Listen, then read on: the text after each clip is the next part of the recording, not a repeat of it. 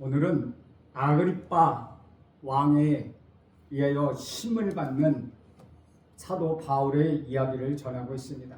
그 앞에는 벨릭스 총독에 의하여 첫 번째, 두 번째는 베리스 총독에 의하여 두 번째 심을 받았고, 이번에는 세 번째로 아그리빠 왕에 의하여 심을 받는 바울의 모습을 그리고 있습니다. 사도 바울이 사울이었을 때 그는 예수를 믿는 사람을 잡아다가 감옥에 가두었던 핍박자였습니다. 아그리빠가 질문한 그 말에 사도 바울은 내가 어떻게 예수를 믿게 되었으며 어떻게 예수의 사로잡힌 자가 되었는지에 대해서 그는 증언하고 있습니다. 사울은 자신을 가르쳐 스스로 바리새인 중에 바리새인이라고 자랑하고 있습니다. 그는 정말로 바리새인 중에 바리새인 중에 유명한 학자인 사람에게 가말리엘 문화에서 공부를 함으로 인하여서 굉장히 자부심을 갖고 있었습니다. 그의 스승 가말리엘은 모든 바리새인으로부터 존경받는 사람이었습니다. 사도 바울은 진리에 헌신한 사람이 아니라 종교와 규율에 헌신한 사람으로 물불을 가리지 않고 자신의 반대팔을 숙청했던 그런 두목과 같은 사람이었습니다. 사울은 용감한 사람 같으나 사실은 비겁한 사람이었습니다. 그는 권세와 권력과 결탁해서 자신의 목적을 달성하려고 하는 비열한 기회주의자였기 때문입니다. 사울은 자신이 아는 지식이 세상의 모든 것이라고 착각에 빠져 있었던 아주 편협된 지식인이었습니다. 그는 자신의 출생 선거를 과시하며 교만한 사람이기도 했습니다. 돌아오는 4월 5일은 우리 올해의 부활주일입니다. 우리 예수님이 금요일에 고난을 받고 십자가에 돌아가시고 무덤에 묻히셨습니다. 그로부터 3일째 되는 주일 아침에 부활하셔서 이를 기념하는 것이 바로 부활절입니다. 예수의 부활을 입증하는 부인할 수 없는 증거가 참으로 많습니다. 가장 대표적인 증거는 빈 무덤입니다. 제자들이 예수님이 부활하셨다고 아무리 말하고 떠들고 다녀도 예수님이 묻힌 무덤이 그대로 있었다면 아무도 믿지 않았을 것입니다. 만약 무덤이 비어있지 않았다면 기독교는 이미 오래전에 거짓 종교로 낙인 찍혀서 사라져 버렸을 것입니다. 진실로 빈 무덤이었습니다. 그래서 대제사장과 바리새인들은 제자들이 시체를 훔쳐갔다는 소문을 퍼뜨립니다. 하지만 제자들은 주님이 부활하셨다고 선포합니다.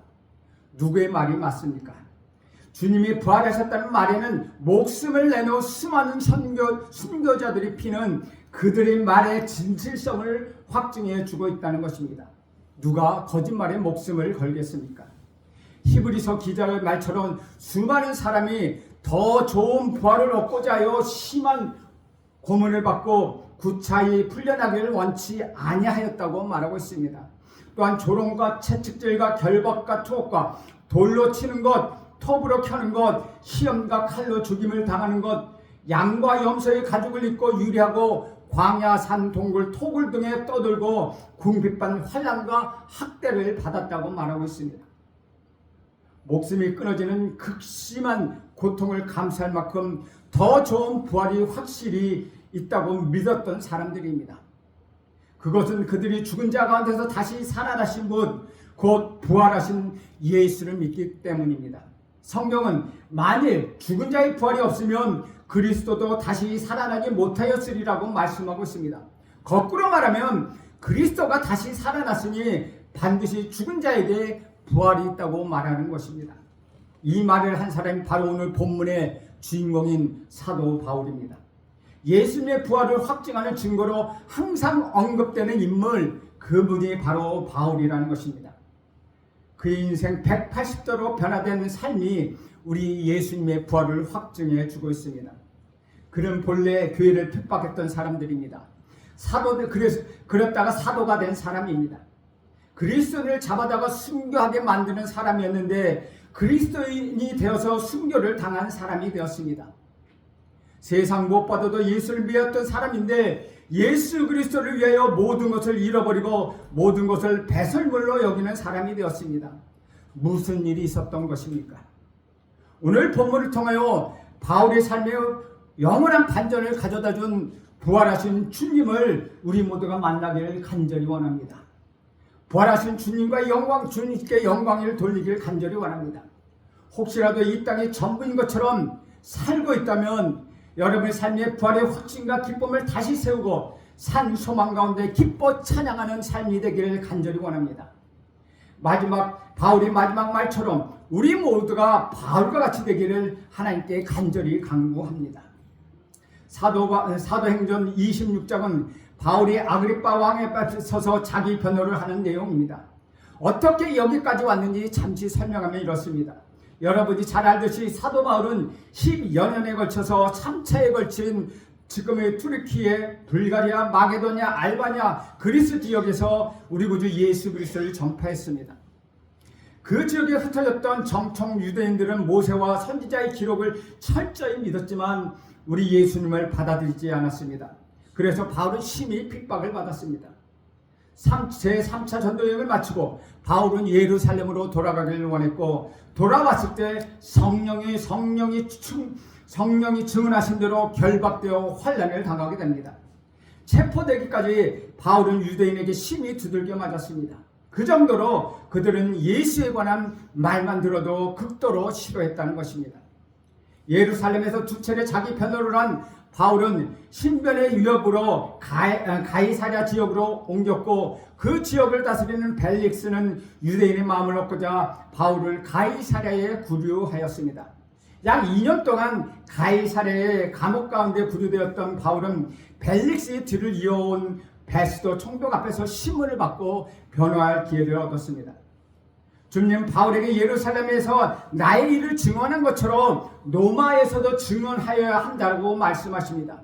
그래서 바울은 로마 시민으로서 가이사에게 상소하고 가이사가 있는 로마로 후송되는 과정 중에 있습니다.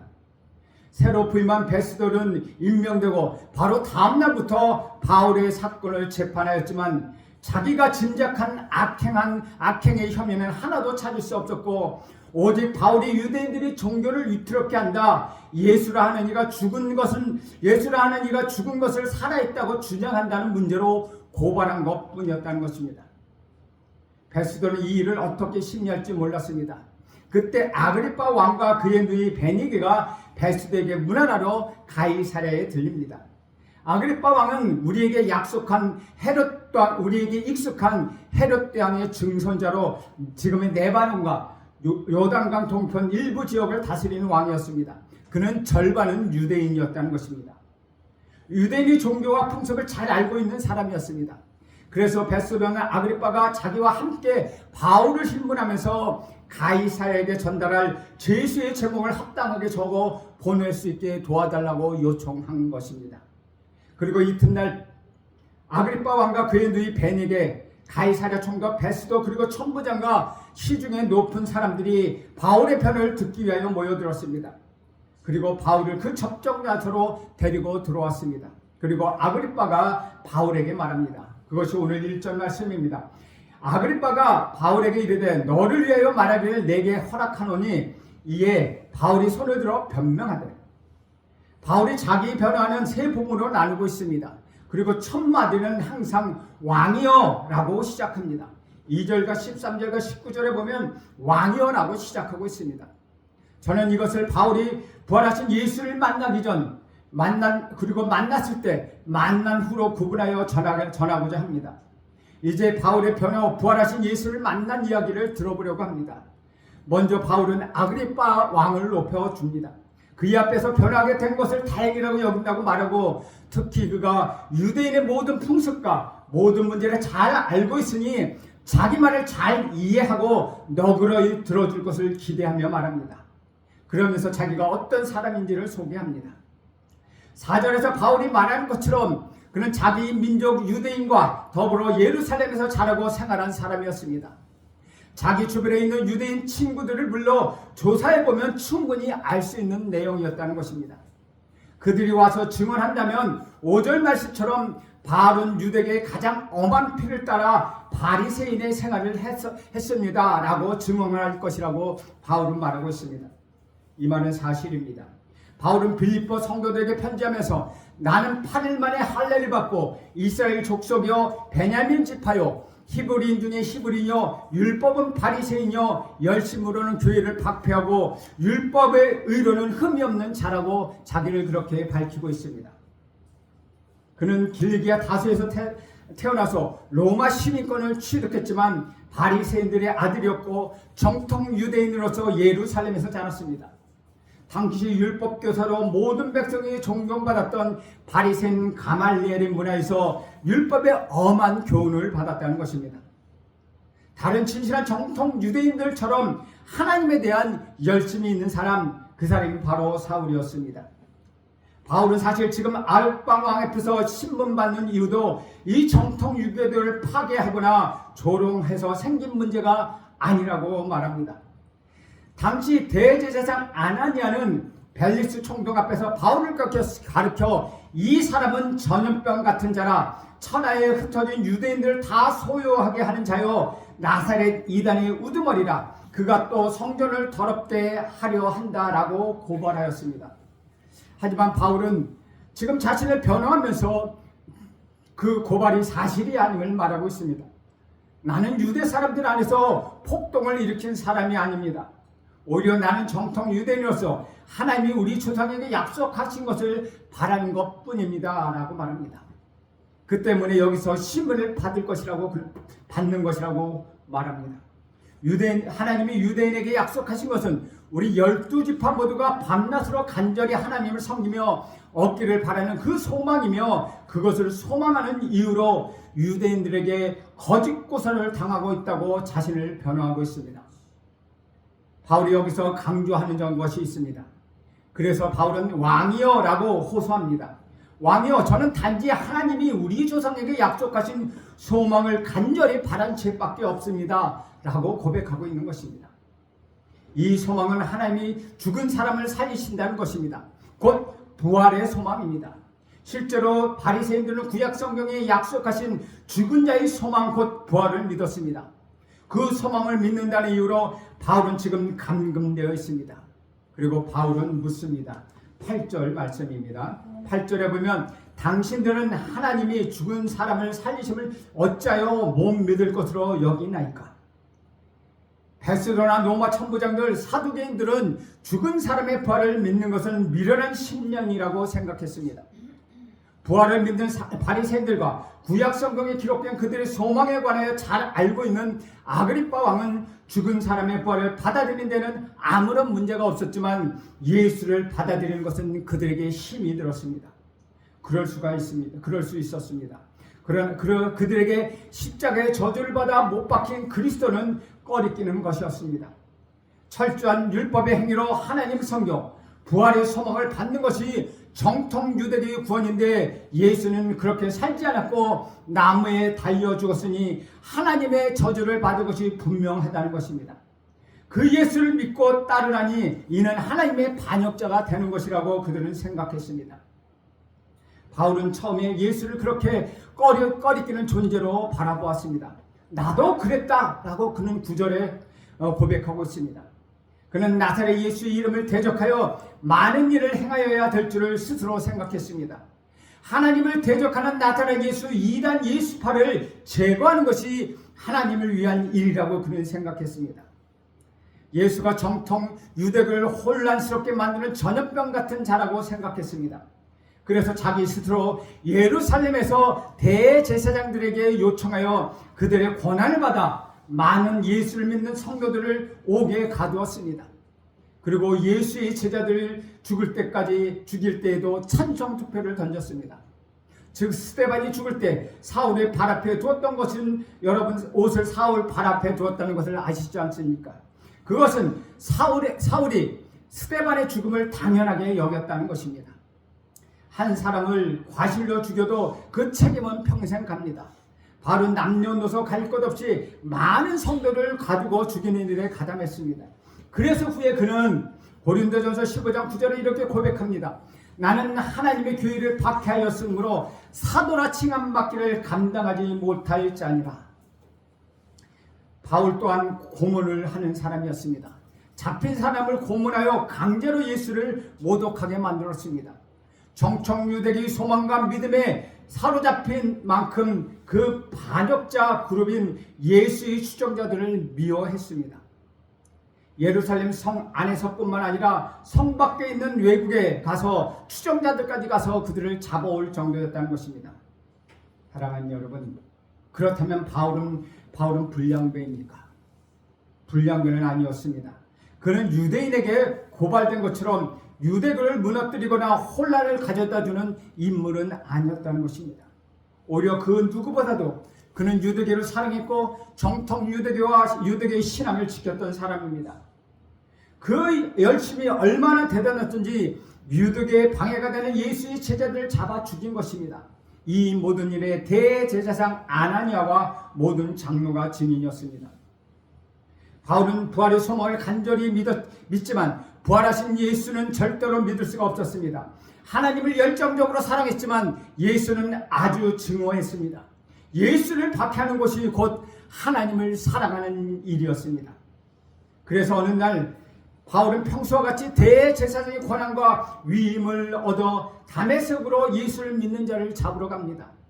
주의 제자들에 대해 위협과 사기가 등등하여 약 250km나 되는 요새를 타고 약 5일길 정도의 거리도 그에게는 문제가 되지 않았습니다.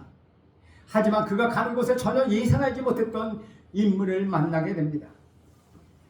왕이여, 바울이 다시 한번 아그리빠 왕을 부릅니다. 주목하라는 것입니다.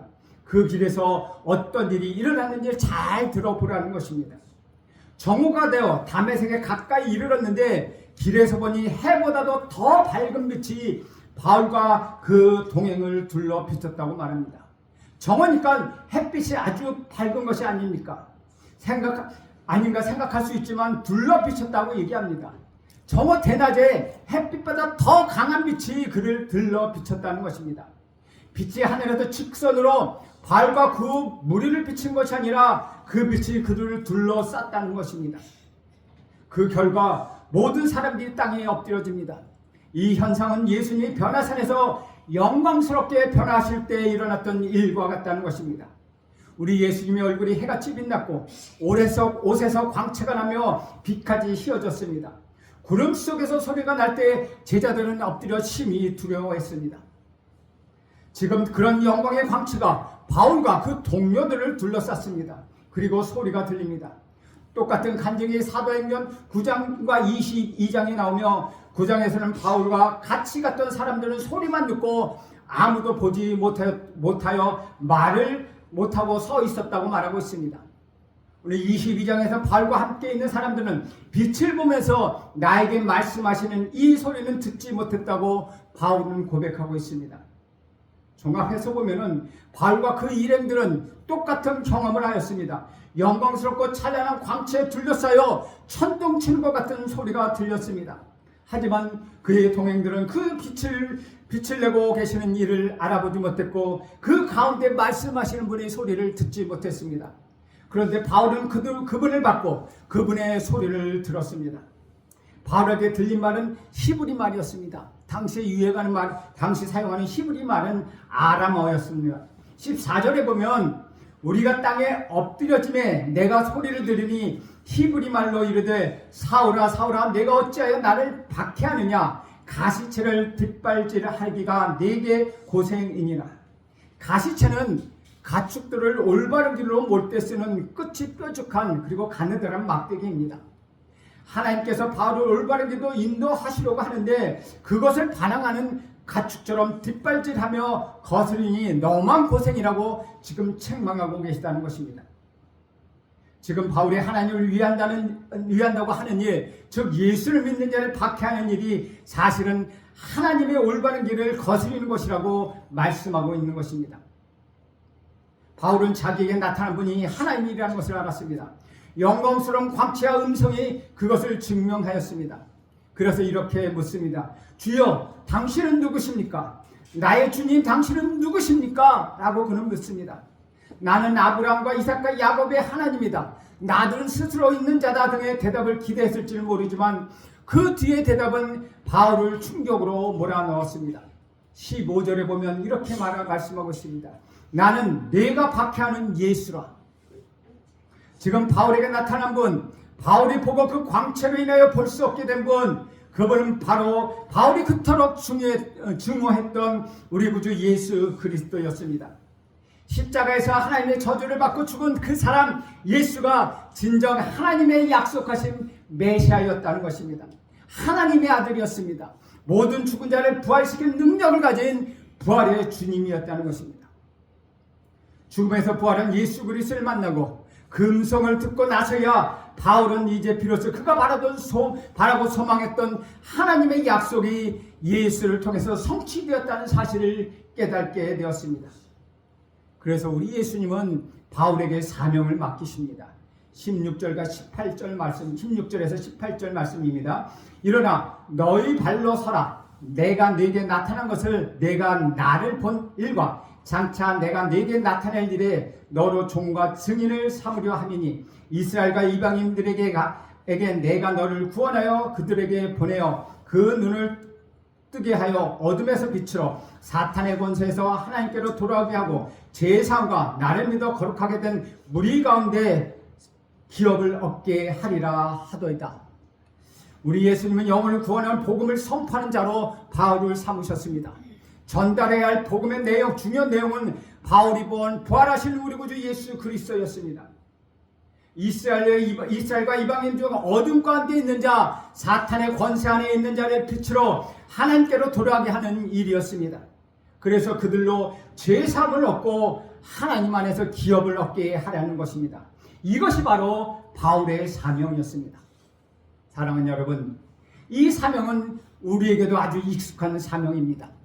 부활하신 우리 구주 예수께서 하늘과 땅의 모든 권세를 내 것이라고 말씀하면서 이렇게 우리에게 사명을 주셨습니다.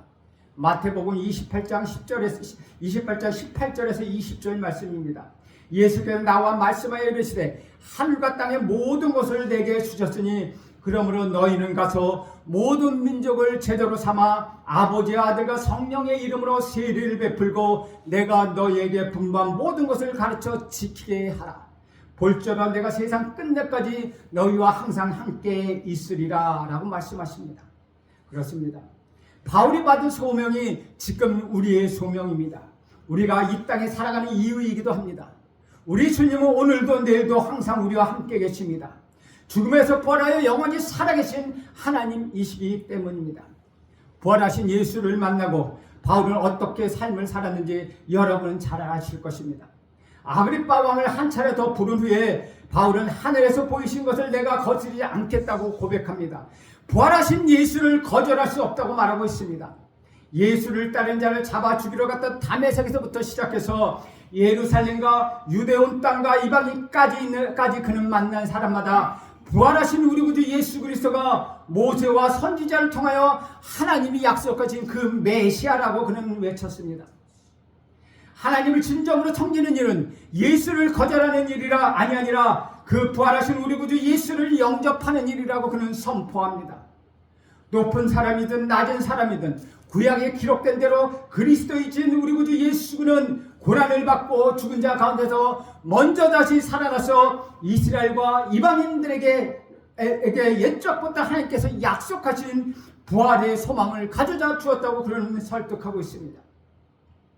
그는 부활하신 예수님을 증언하기 위하여 유대인에게 40대에 하나 감한매를 5번이나 맞았습니다.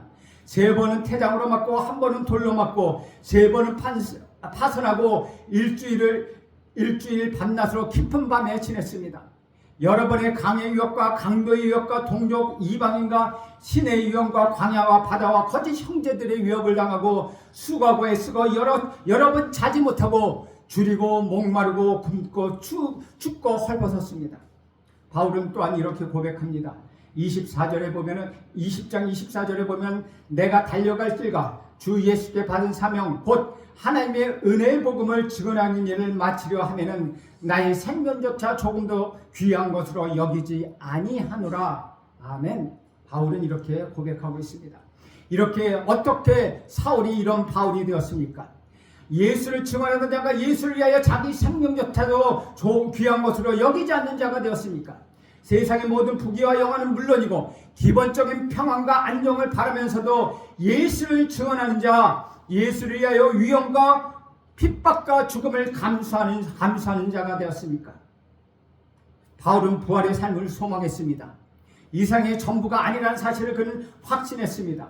지금 그 위에 영원한 삶이 있으며 우리 구주 예수 그리스도 안에 모든 사람이 그 부활의 삶을 얻는다고 그는 진정으로 믿었습니다. 죽은 자 가운데서 먼저 다시 사신 우리 구주 예수 그리스도를 만났기 때문이라는 것입니다.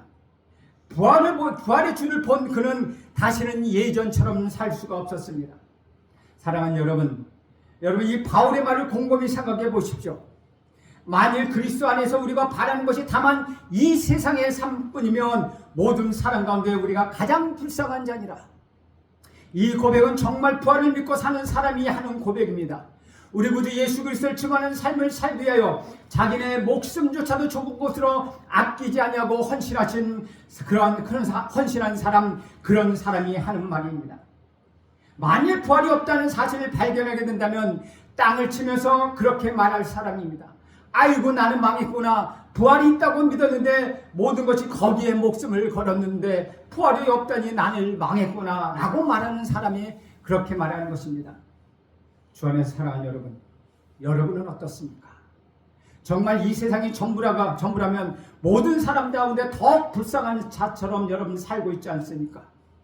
부활이 없다면 정말 망해버릴 인생을 살고 계시진 않습니까?